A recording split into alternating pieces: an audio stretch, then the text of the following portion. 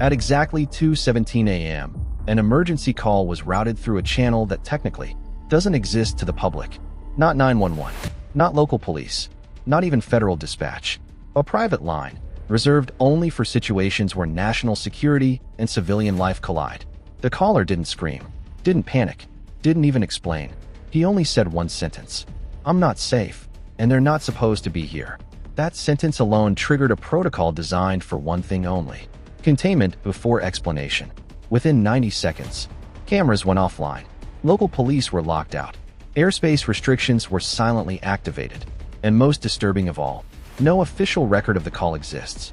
Not because it was fake, but because some calls are never meant to be heard again. Why some emergency calls are erased. Here's a truth most people don't know. Not all emergency calls are public records. When a call involves presidential family members, Secret Service, protected individuals, federal security zones, the call is reclassified immediately. The moment that fictional call was made, jurisdiction changed. Local police removed. State authorities bypassed. Federal agencies took full control. The caller didn't ask for help. The system reacted on its own. Because in presidential security, silence is often treated as a threat. The lockdown that no one saw. While the public slept, a soft lockdown unfolded. No sirens, no headlines, no alerts. Instead, unmarked vehicles replaced normal patrols. Neighbors were quietly redirected. Cellular towers were throttled, not shut down. Why? Because chaos is dangerous, but attention is worse. This is how governments protect power, not with force, but with invisibility. Who had access, and who shouldn't have. Every presidential residence has cleared staff, rotational agents, redundant identity checks. So when the system flagged an unauthorized presence, it raised a terrifying question. Was this an outsider or an insider failure? Because statistically, the greatest risk to protected individuals is not strangers. It's familiarity. And that's when the emergency shifted from protection to containment of information. Why nothing ever leaked? You might wonder, if something serious happened, why don't we know? Here's why. When incidents involve no casualties, no public exposure, no confirmed breach, they are sealed indefinitely, files locked, agents reassigned, digital traces scrubbed, not to hide crime, but to prevent patterns from being learned. Because once the public understands the system becomes vulnerable. The night wasn't over when the call ended. Most people think emergency calls end when the phone disconnects. That's not true. For protected individuals, the call is only the beginning. Once the line went silent, the system didn't relax. It escalated. Not visibly, not aggressively, but surgically. Every movement inside the residence was reconstructed second by second. Door sensors, floor pressure data, camera blind spots, micro delays in access logs. Not to find a criminal, but to answer a more dangerous question. Did the system hesitate? Because hesitation, even half a second, is considered a failure at that level. And what analysts found was disturbing.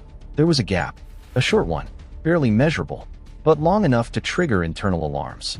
Not public alarms, internal ones, the kind that never make headlines. When protection becomes surveillance. Here's something no one tells you about high-level security.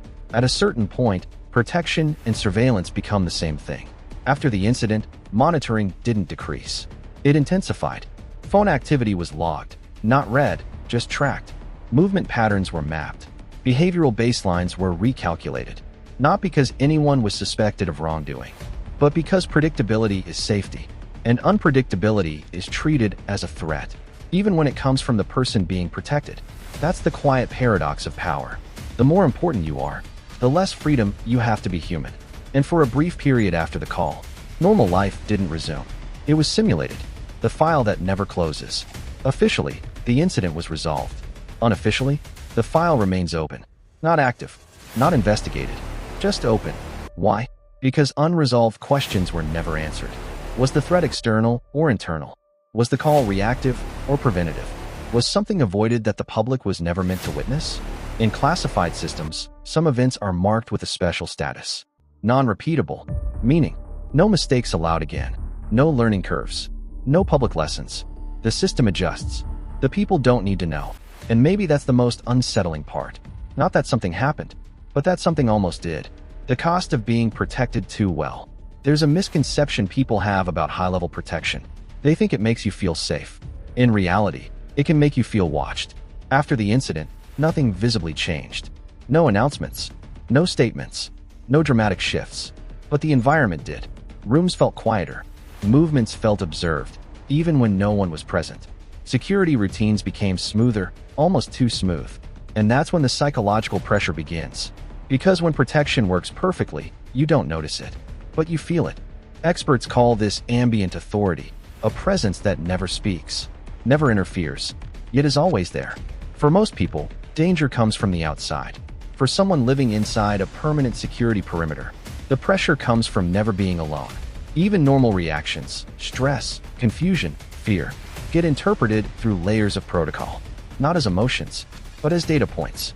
And that's a weight very few people are prepared for. The silence after the event. One of the most unsettling aspects wasn't what happened. It was what didn't. No follow-up explanations. No public clarification. No narrative. Just silence. And silence has a strange effect. It invites speculation. It magnifies uncertainty. It lets imagination fill the gaps. For the public, silence creates mystery.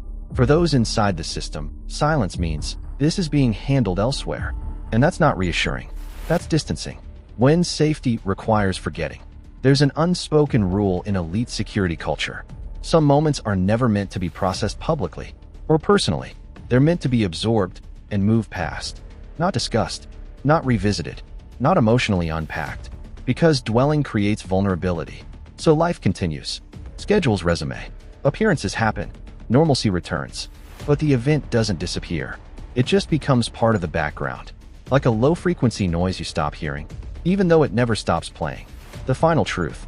The most unsettling part isn't what happened. It's what didn't. No press conference. No denial. No confirmation. Just silence. And silence, at that level, doesn't mean nothing occurred.